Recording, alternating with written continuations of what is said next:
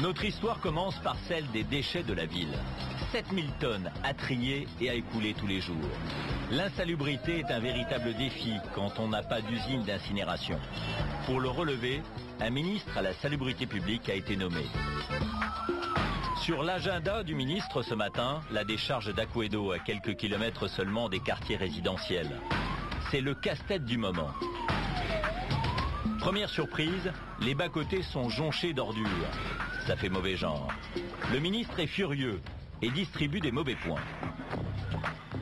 Bonjour. Bonjour, monsieur le ministre. Oui, qui est le responsable?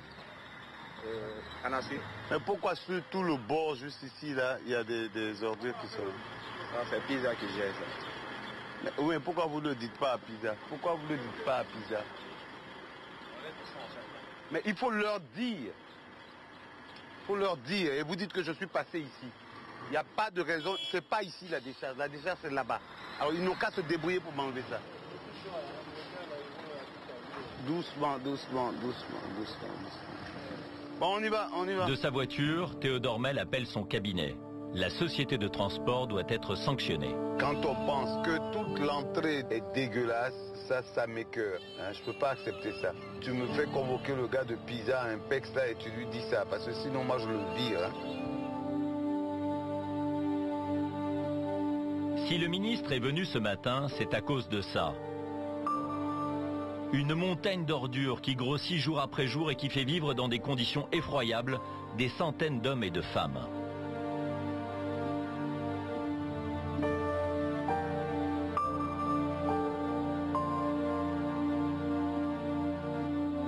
Nous sommes à Aquedo, où vous avez donc plusieurs quais.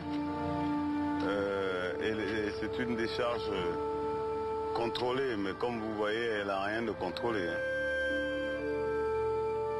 En quelques années, la décharge est devenue une colline qui menace la ville. Le ministre a décidé de fermer le site, malgré les protestations. Comment est-ce que on peut décemment vous reprocher de renvoyer tout ce monde qui a sur ce truc-là, qui court un risque sanitaire énorme, sous le simple prétexte qu'on vous dise qu'ils ont besoin de vivre, il faut qu'on les laisse patauger dedans. Moi, je ne suis pas d'accord. Théodore Mel a une solution. Il veut ouvrir 2 sites de traitement de déchets, des décharges propres. Mais il n'a pas encore le budget. Pour l'heure, il a une autre urgence. Réussir son opération Abidjan-Ville propre. Et ça ne va pas être facile.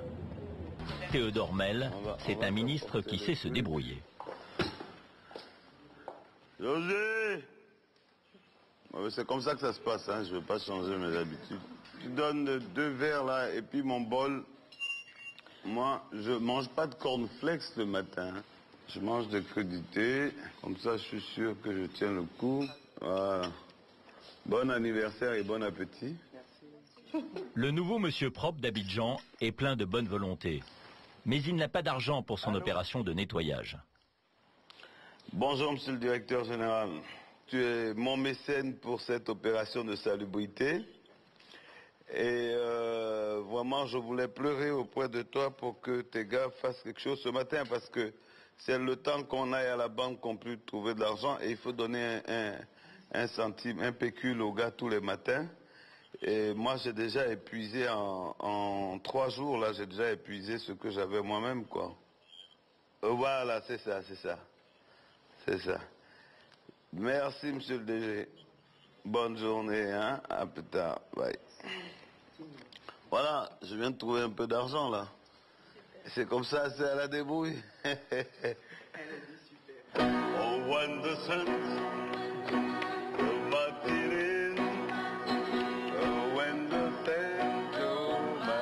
Théodore Mel est un pur produit des élites ivoiriennes. Un pied en France, où il a fait ses études, un autre dans la tradition africaine. C'est aussi un collectionneur avisé.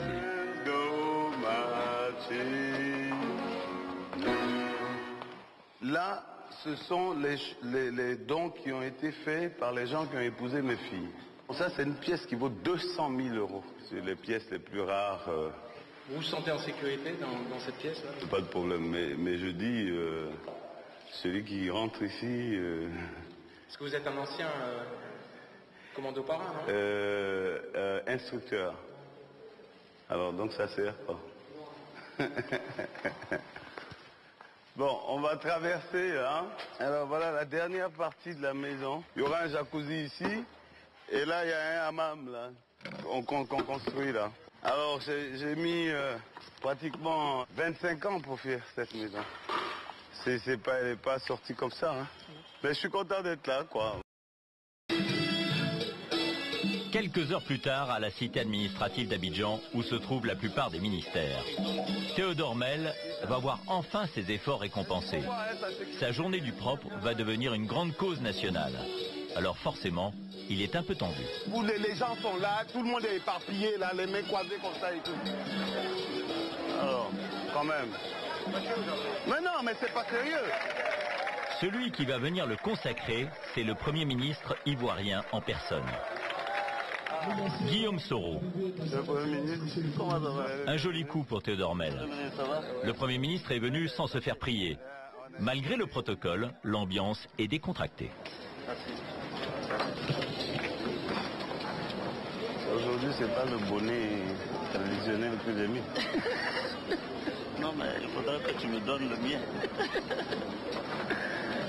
Excellence, Monsieur le Premier ministre Soro Kibafori Guillaume, Premier ministre du gouvernement de Côte d'Ivoire, gouvernement issu de l'accord politique de Ouagadougou, dont nous pouvons ensemble aujourd'hui apprécier les résultats. Et comme on disait sur le campus, ça c'est de la concrétude. Merci, Monsieur le Premier ministre. Je voudrais qu'un jour dans le mois du président de la République au planton, nous marquions une pause pour nous consacrer à des travaux de salubrité publique.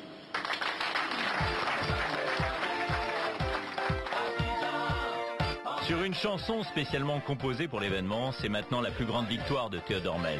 Le Premier ministre ne se contente pas d'un discours, il va lui aussi, devant les caméras, mettre la main à la pâte.